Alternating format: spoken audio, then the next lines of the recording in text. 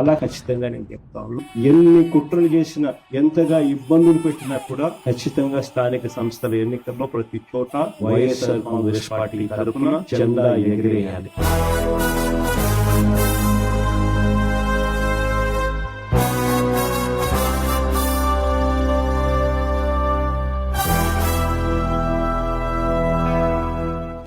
ఎక్కడైనా ఏకగ్రీవం జరిగింది అని అంటే మాత్రం దాన్ని నేను చాలా సీరియస్ గా తీసుకుంది. మరొకసారి మళ్ళీ చెప్తా ఉన్నా, అలా జరిగితే అది నియోజకవర్గానికి సంబంధించిన ఇన్ఛార్జ్ ఫెయిలియర్ గానే అది నేను భావిస్తాను అని మాత్రం ఖచ్చితంగా ఈ సందర్భంగా ప్రతి ఒక్కరికి కూడా తెలియజేస్తాను. ఎక్కడైనా కూడా కొన్ని చోట్ల మనకు ఒక గ్రామంలో ఎస్సీలే మనకు అండగా ఉండదు, అలాంటి గ్రామాలు కూడా చాలా ఉంటాయి. కానీ ఖచ్చితంగా ఆ గ్రామంలో ఎస్సీల నుంచైనా క్యాండిడేట్ రావాలి, స్థానిక సంస్థల ఎన్నికల్లో పోటీకి సిద్ధం కావాలి. ఆ క్యాండిడేట్ కు సపోర్ట్ మీరు చెయ్యాలి. ఆ క్యాండిడేట్ అనిపించాలి, నాకు వైఎస్ఆర్ కాంగ్రెస్ పార్టీ తోడుగా ఉంది, నా ఎమ్మెల్యే క్యాండిడేట్ నా చెయ్యి విడవలేదు, ఊర్లో డామినేషన్ తట్టుకోగలుగుతాను, నిలబడగలుగుతాను అని చెప్పి అప్పుడే రేపొద్దున జరగబోయే మీ ఎన్నికల్లో ఆ క్యాండిడేట్ అంతే కసితో మీకోసం తోడుగా నిలబడతాడు.